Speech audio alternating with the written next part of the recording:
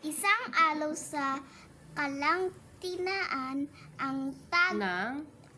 ng tag-init, habala si Langgam sa pagkokolekta ng mga butil ng palay at mais. Dala-dala niya ang mga ito patungo sa kaniyang bahay para maging pagkain sa darating na tag-ulan. Habang nalakad si Langgam, nakita niya si Tipaklong na masayang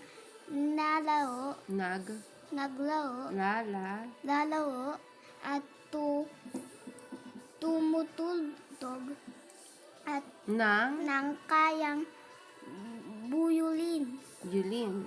Sabi ni Tipaklong, "Bakit ka ba nakukumahog diyan? Kaibigan Langgam, halika, maglaro ka na lang muna."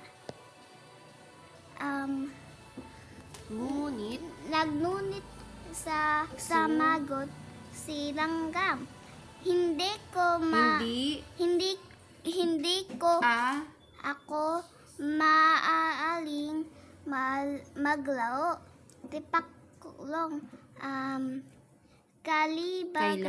Kailangan kong maibon ng pagkain para sa tag-ulan.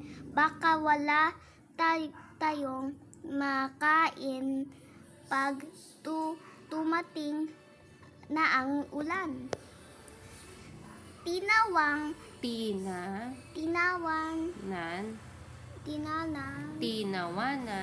Tinawanan lang si Tipaklong at Langgam sa sinabing,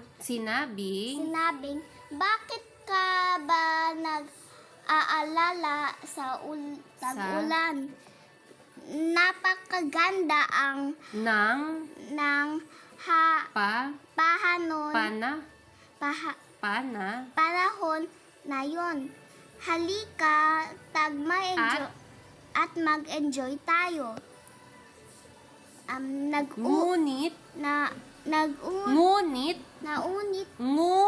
Ngunit nagpatuloy si Langgam sa kanyang gawain habang si Tipaklong naman ay nagpatuloy sa paglaro at pagtugtog. Lumipas ang mga araw, dumating ang tag-ulan. Nakulong si Langgam sa kanyang bahay at masayang kumain ng mga pagkain. Kanyang inipon. Samantalang si Tipaklong ay nagutom lang at ginaw dahil sa sayang wala siyang naibon na pagkain at tirahan. Naisip si Tipaklong puntahan si Langgam para humingi ng tulong. "Langgam, kaibigan,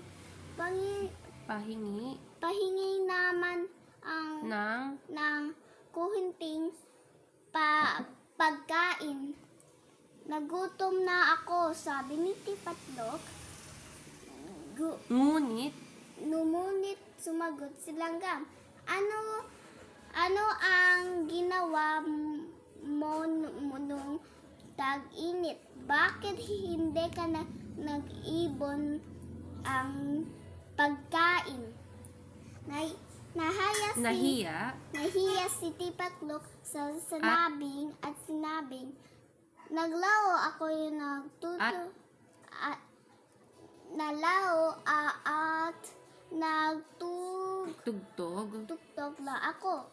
Hindi ko naisip sa dadaling ang tag-ulan.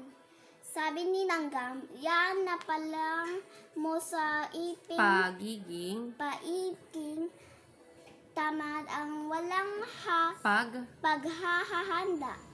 Na pagkain ko ay saklo lang para sa akin.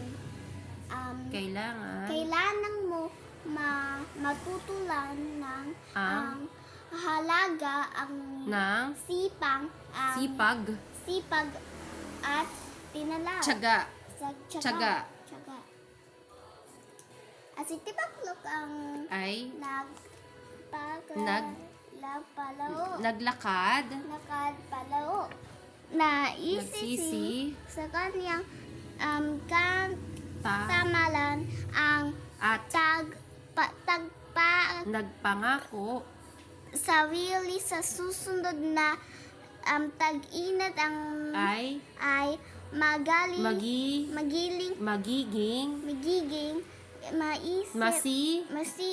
masipag sa maghahada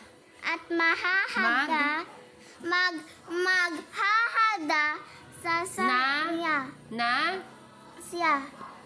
Ano ang kwento? Si Langgam at si Tipaklok, they live happily ever after. Hindi anak, hindi mo na